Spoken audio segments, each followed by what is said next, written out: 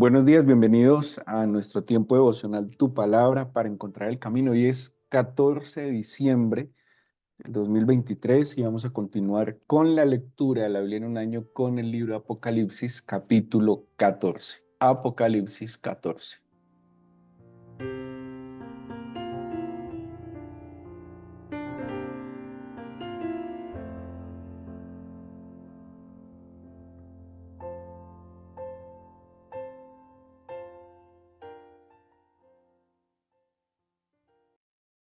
Eh, en capítulos anteriores, en el capítulo 11, habíamos visto cómo había, el Señor manda medir el templo y dice los que adoran en él. Sí, dice el versículo 1 del capítulo 11 de Apocalipsis: le fue dada una caña semejante a una vara de medir y se me dijo, levántate y mide el templo de Dios y el altar y a los que adoran en él.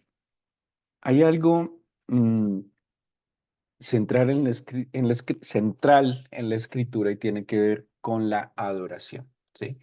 Eh, Cuando el Señor tiene el encuentro con la mujer samaritana, que tienen una discusión de el lugar de la adoración, eh, el Señor termina diciéndole a ella que el Señor está buscando adoradores en espíritu y en verdad, que ya no dependen de un lugar físico, ¿sí? Que no dependen solamente del templo de Jerusalén, sino que entienden que su propia vida ha de ser un templo consagrado al Señor, la adoración. Y este capítulo 15, 14, que nos compete en la lectura de hoy, va a ser una distinción precisamente respecto a la adoración a los adoradores. Ya vimos de que aquellos que adoran al Cordero están en el templo y que pues serán medidos, serán evaluados, pero que lo que vimos en el capítulo 11, pero los que están en los atrios, que no adoran, pues simplemente serán dejados, y vamos a ver el 14 a que lo menciona. Ayer en el 13 hablamos del dragón, de la bestia que identificamos como el anticristo, de la primera bestia como el anticristo, de la segunda bestia como el falso profeta, y vimos de nuevo que las gentes se inclinaban hacia ellos y les adoraban, ¿sí? Se inclinaban ante el dragón, se inclinaban ante la bestia y les adoraban. Estas entidades vociferaban en contra del Señor, en contra de su tabernáculo, en contra de los que moran en el cielo. Y, y vemos cómo estos también son obligados a ser marcados. Y entonces tenemos aquí varios elementos que se van repitiendo en Apocalipsis. Algunas señales, algunas marcas, tiene que ver con la adoración, tiene que ver con quién adora a quién adora. Y esa adoración de alguna manera le va y dando una identidad. De allí que las marcas tienen que ver con una identidad, ¿sí? Em, y aquel que es marcado con el número de la bestia es ¿por qué? Porque adora a la bestia, ¿sí? Así que aquel que adora al Señor también será marcado, como hemos hablado, con su espíritu, con el sello de la santidad del Señor. Precisamente el capítulo 14 retoma unos personajes que vimos en el capítulo 7, que son los 144.000, que están descritos en el capítulo 7 como 12.000 hombres de cada una de las tribus de Israel, que van a ser marcados, que van a ser sellados para ser guardados en medio de la tribulación, ¿sí? Para ser guardados en medio de la persecución. Si nosotros analizamos la Biblia desde el mismo mensaje del Señor Jesucristo, el Señor Jesús advierte la persecución a los creyentes. Y el tema de la persecución a los creyentes ha sido durante toda la historia, em, no solo el cristianismo, estoy hablando desde el mismo Antiguo Testamento, como aquellos que creían, que buscaban agradar al Señor eran perseguidos, los profetas fueron perseguidos por sus mensajes, y en el Nuevo Testamento, ya en la historia de la iglesia, pues hemos visto a través de estos más de 2000 años como en diferentes momentos ha habido persecución a la iglesia, ¿sí? Desde diferentes escenarios. O sea que la tribulación ha estado de manera presente en toda la historia de la iglesia cristiana, pero la Biblia advierte una tribulación. Ahora, la discusión sobre el que la iglesia esté presente en la gran tribulación o no, pues tiene muchos defensores de que definitivamente la iglesia estará en medio de la gran tribulación. O sea, los que no hayan muerto antes y les toque las manifestaciones que están en Apocalipsis, tendremos o tendrán que vivir la tribulación. Hay otras posturas que dicen que va a haber un rapto, un arrebatamiento antes de la gran tribulación. Bueno, la verdad es un tema para evaluar a profundidad, pero lo que sí y ha sido mi pensamiento, yo prefiero pensar en que me va a tocar la gran tribulación y prefiero prepararme para ello y no tomar una postura simplista y simplemente ser digámoslo así, pues incauto y no prepararme, porque como puede que el Señor nos llame a su gloria antes de, puede que nos toque vivir o a la generación que sigue estos acontecimientos y creo que es deber, porque ha sido el deber también de la Escritura, preparar y prepararnos y nosotros preparar a nuestros descendientes para estos acontecimientos. Pero volvemos al punto de la adoración. Dice el capítulo 14, después miré y he aquí el Cordero estaba en pie sobre el monte de Sión.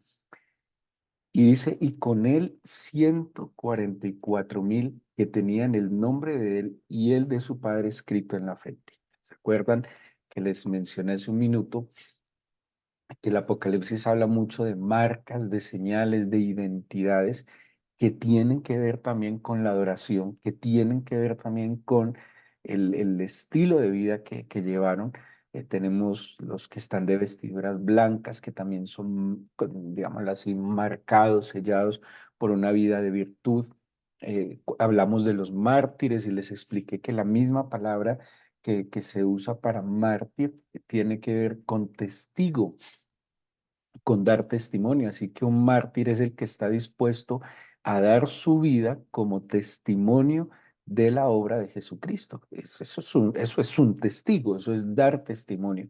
Aquel que está dispuesto a dar su propia vida con tal de dar testimonio del Señor. Mencionábamos hace unos días que hacíamos mención a la fiesta del Hanukkah, del martirio al que estuvieron expuestos muchos judíos en la época de los griegos y leíamos una parte, una porción del libro de Macabeos, segundo libro de Macabeos, donde mencionan el martirio de una mamá con 7 hijos y que murieron torturados de una manera muy cruel a causa de defender su fe, ¿sí? Eso es un mártir, el que da testimonio y está dispuesto a dar su vida. ¿Quién no es testigo y quién niega al Señor? Pues aquel que por conveniencia, eh, pues simplemente no está dispuesto a renunciar a un estatus por dar testimonio de lo que es. Así que estos 144,000, dice, tienen un nombre escrito, el de su padre, dice el nombre que tenían el nombre de él y el de su padre escrito en la frente. Bueno, analizándolo etimológicamente, el nombre Jesús, en sí el nombre Jesús ya tiene el nombre del Padre en él. Porque rápidamente en el Antiguo Testamento tenemos un personaje que es Oseas y un personaje que es Josué. Estoy hablando del mismo personaje, Oseas, hijo de Nun, que luego va a ser llamado Josué, hijo de Nun. La palabra, si usted le quita la J a Josué, le va a pasar a sonar muy parecido a Oseas, es la misma palabra. Oseas es un nombre que quiere decir salvación, pero cuando le agregan eh, una letra que es la Yod, va a sonar Yosué, y muchos pues que estudian desde el idioma original entienden que a este nombre Oseas, que querías decir salvación, luego se le agrega este prefijo que significa el nombre de Dios y querría decir algo así como el Señor es salvación o el Señor salva. Y el mismo nombre de Josué es el mismo nombre de Jesús. O sea, son las mismas letras, solo varían unas vocales, es el mismo nombre Jesús. O sea, que el nombre Jesús es en sí el Señor salva. O sea, que en sí mismo el nombre del Señor Jesús en hebreo tiene el nombre del Padre y la acción del Padre a través del Hijo, que es la salvación. Entonces, algunos comentaristas dicen que simplemente tienen el nombre de Jesús y en el nombre de Jesús está implícito el nombre del Padre. Y dice: oí una voz del cielo como estruendo de muchas aguas y como sonido de un gran trueno, y la voz que oí era como de arpistas que tocaban sus arpas. Bueno, aquí menciona una escena que la vemos, por ejemplo, en el monte Sinaí y en algunos mensajes de los profetas, cuando se oye un estruendo de muchas aguas, sonido de un gran trueno, y la voz que oí era como arpistas que tocaban sus arpas. Esto denota, digámoslo así, la voz del Eterno, pero también la adoración celestial armoniosa que se da en los cielos. Y dice que estos 144.000 cantaban un cántico nuevo delante del trono y delante de los cuatro seres vivientes y de los ancianos, y nadie podía aprender el cántico sino aquellos 144.000 que fueron redimidos de entre los de la tierra. Y quisiera que analizáramos un poco este cántico nuevo, porque es muy particular. Dice que nadie podía aprender el cántico. Es como si el Señor hubiera reservado una manera de adorarlo una manera de adorarlo única, singular, diferente, permitida a estos 144.000. ¿Se acuerdan que les dije que el capítulo 3 es la adoración del mundo a la bestia? La adoración del mundo a, a, a la bestia, al falso profeta y al dragón.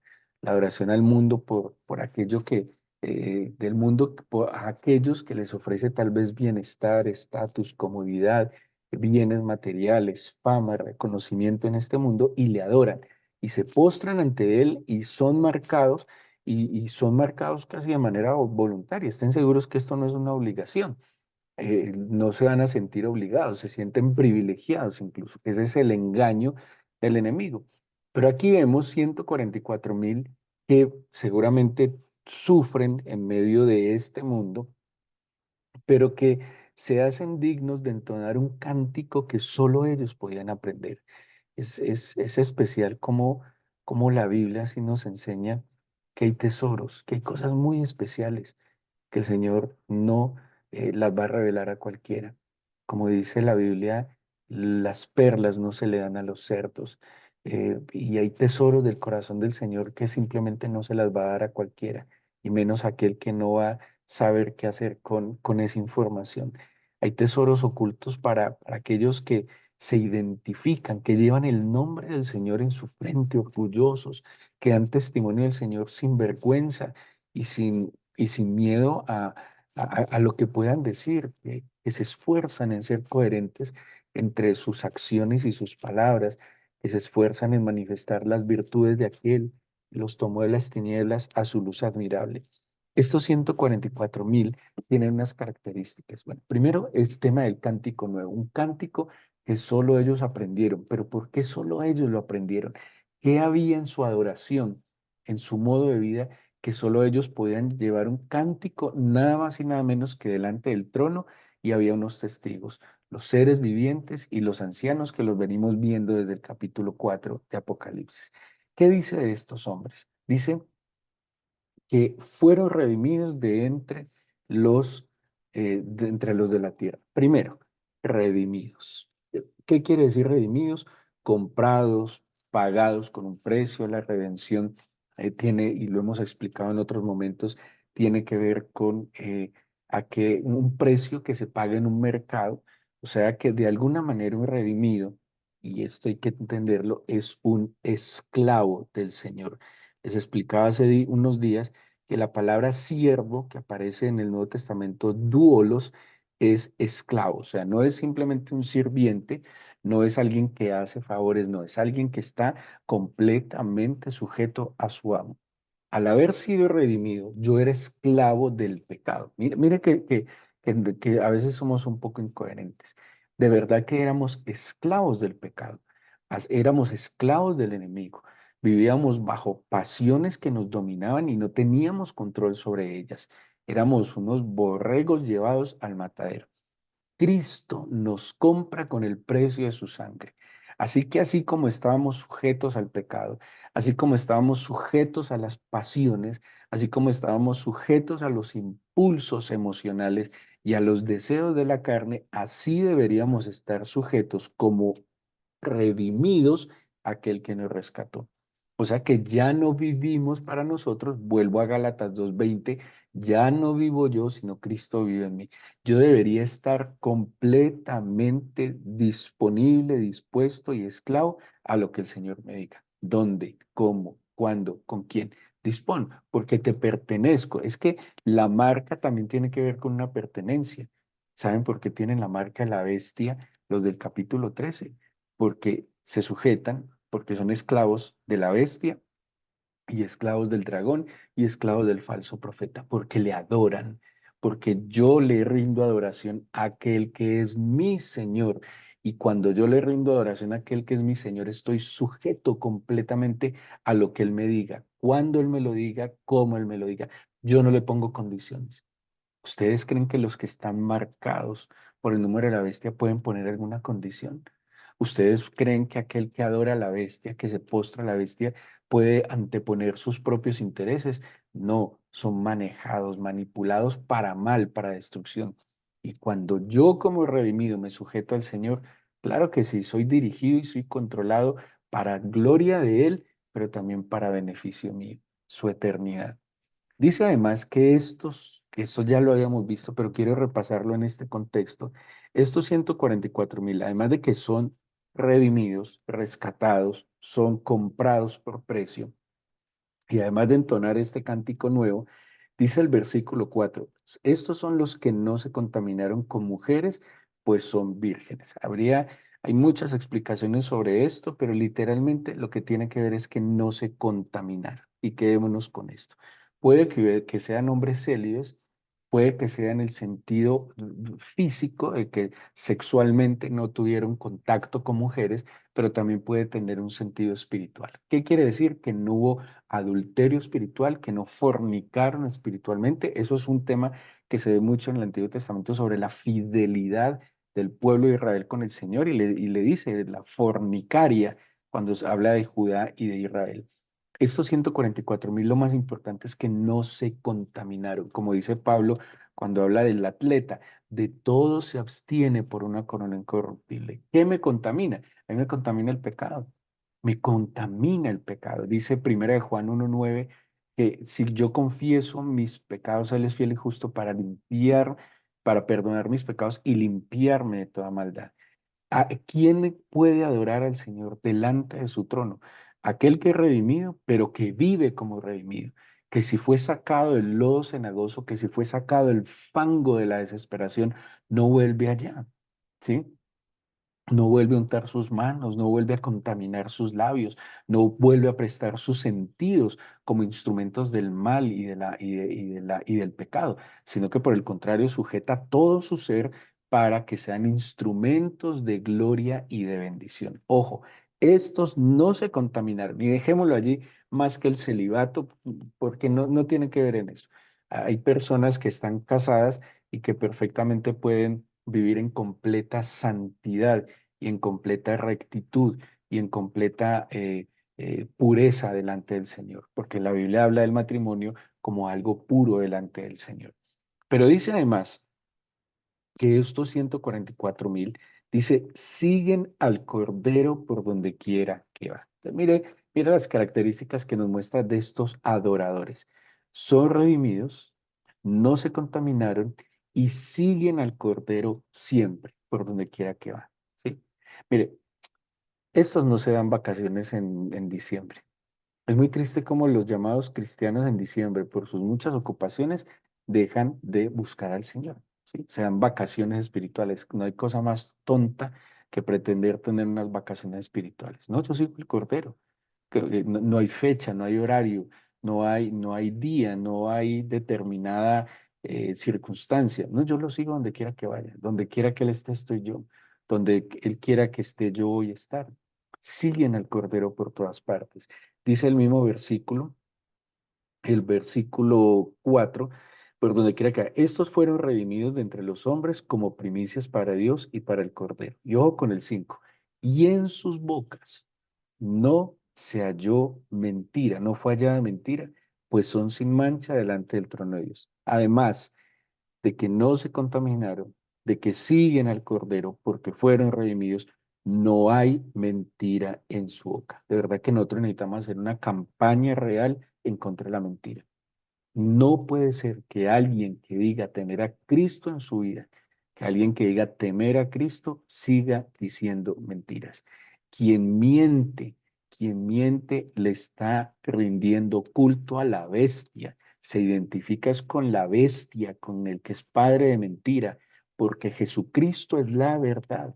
Y eso lo vimos en estos días. Miren que es muy coherente. Hace unos días analizamos el Salmo 15 y hablábamos de la verdad. Dice, quien habla verdad en su corazón. Tenemos que abolir la mentira absolutamente de nuestro corazón, de nuestra mente y de nuestros labios. Estos santos 144.000 no hablaban mentira, pero además, ¿qué dicen? Que estaban sin mancha delante del trono del Señor. O sea, fueron lavados con la sangre del Cordero y no pisotearon la sangre del Cordero. Eso es lo que dice Hebreos. Cuando dice que nosotros volvemos a pecar, estamos pisoteando la sangre del Cordero, estamos llamando inmunda la santa sangre del Cordero que nos purificó. ¿Verdad que nosotros tenemos que mirar hacia adelante? No quiere decirte que nunca fallemos o pequemos, pero cuando somos conscientes, no tiene sentido volver a pecar de la misma manera. Quien vuelve y comete el mismo pecado una y otra vez, en verdad no se ha arrepentido, no ha encontrado la luz del Señor que de verdad le saque a la perpetua luz del Señor y a la verdad. Muy bien, dice más adelante entonces, y aparece el otro bloque entre el capítulo 6 y 13, y estas son las consecuencias, digamos, del que adora al Señor, de aquellos adoradores en espíritu, en verdad, que el Señor busca. Pero si usted le ve luego el bloque del 6 al 13, aparece las consecuencias de aquellos que deciden adorar a la bestia y al dragón. Y dice, vi volar en medio del cielo otro ángel que venía con el evangelio eterno para predicarlo a los moradores de la tierra, toda nación, tribu, lengua y pueblo, diciendo a gran voz, temed a Dios. Esto es muy tenaz. Miren lo que es la adoración. Temed a Dios y dadle gloria, porque la hora de su juicio ha llegado. Y adorad a aquel que hizo el cielo y la tierra, el mar y las fuentes de las aguas. Si se identifican la esencia de este eterno evangelio. Mire, muy tenaz porque el evangelio no era que la gente solucionara sus problemas simplemente. El evangelio no era, por ejemplo, eso es una falsedad y se los puedo decir abiertamente, es un engaño diabólico el tal evangelio de la prosperidad. Eso no es bíblico, no es bíblico. No, no tiene sentido que el Señor fue a la cruz, que el Señor murió por nosotros para que nosotros tengamos dinero. No tiene sentido. Es una aberración de verdad en la mente y en el corazón que consienta eso. Cristo no vino para darnos plata. Cristo no vino para pagar nuestras deudas. Cristo no vino para darnos un estatus en este mundo, para estratificarnos. Esa no es la obra del Señor. Mire lo que está diciendo el Evangelio eterno que está compartiendo este ángel. Dice, temed a Dios y darle gloria, porque la hora de su juicio ha llegado. Y ojo, adorar a aquel que hizo el cielo y la tierra, el mar y las fuentes de las aguas. Miren el centro de este Evangelio. ¿Cuál es? La adoración. Las buenas nuevas es que nosotros tenemos acceso directo a la Shejiná del Padre, a la presencia evidente del Padre para adorarlo, para adorarlo.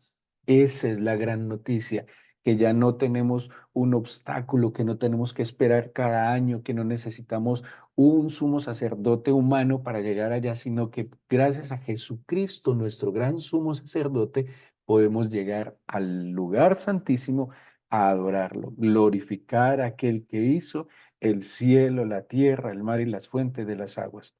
Pero sale otro ángel y dice, ha caído Babilonia, Babilonia la gran ciudad, porque ha hecho beber a todas las naciones del vino del furor de su fornicación. Y dice, y el tercer ángel lo siguió diciendo a gran voz, si alguno adora a la bestia y a su imagen y recibe la marca en su frente o en su mano, él también beberá el vino de la ira de Dios, que ha sido vaciado puro en el cáliz de su ira, y será atormentado con fuego de azufre delante de los santos ángeles y del Cordero.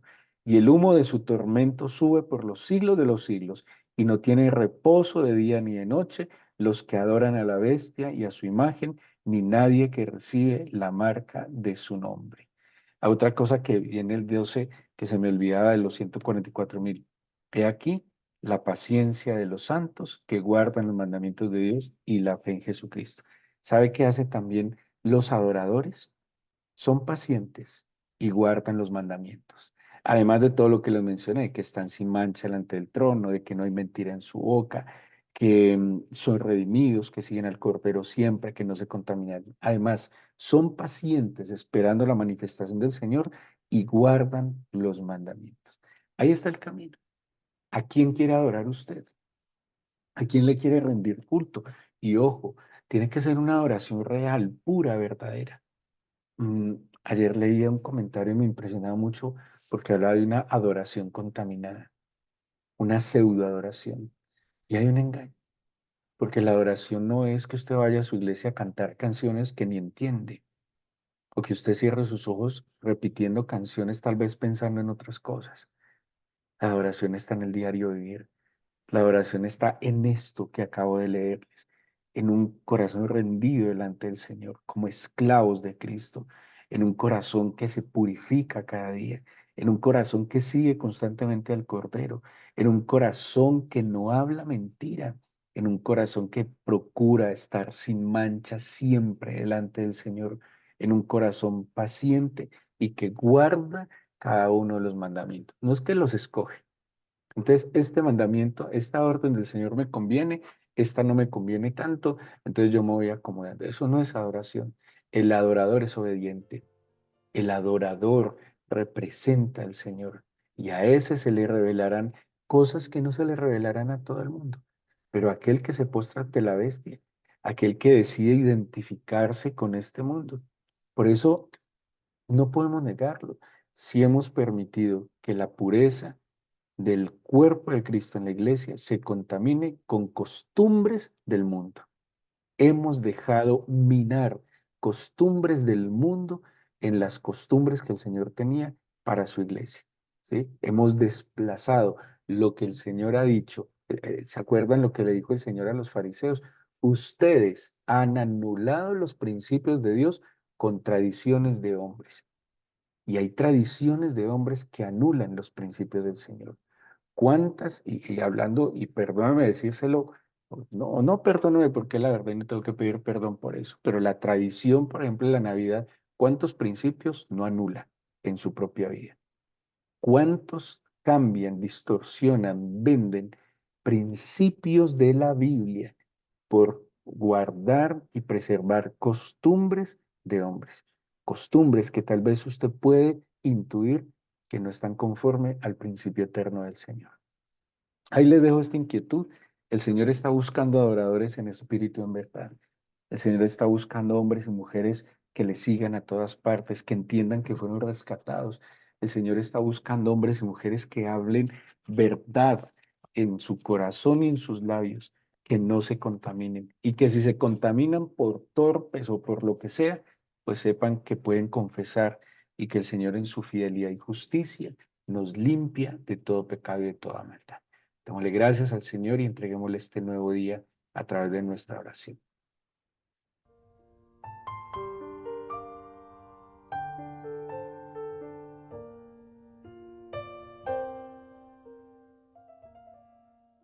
Dice la Escritura que si alguno es falta de sabiduría, la pida al Señor y Él le dará abundantemente. Yo te pido sabiduría y la luz de tu Espíritu, Señor, en mi vida, por favor. No me dejes apartar de ti ni un solo instante. Yo te suplico, Eterno, que tomes el control en nuestras vidas y que nos despiertes con la verdad. Dice la Escritura, conoceréis la verdad y la verdad os hará libres. Y permítenos ser hallados delante de ti, Eterno, como verdaderos adoradores en espíritu y en verdad. No dejes que estas palabras se las lleve, Señor, el viento, se las lleven las aves de los cielos, como dice la parábola del sembrador, sino que estas palabras, Señor, tus palabras, hallen un buen terreno fértil para que dé fruto. Permíteme interiorizar, guardar en mi corazón tus dichos para no pecar contra ti. Bendice este día, bendice a tus hijos y bendice, Señor, nuestra nación. Te pido por la paz de tu pueblo Israel. Te pido que tu pueblo despierte tu verdad. En el nombre de Jesús. Amén.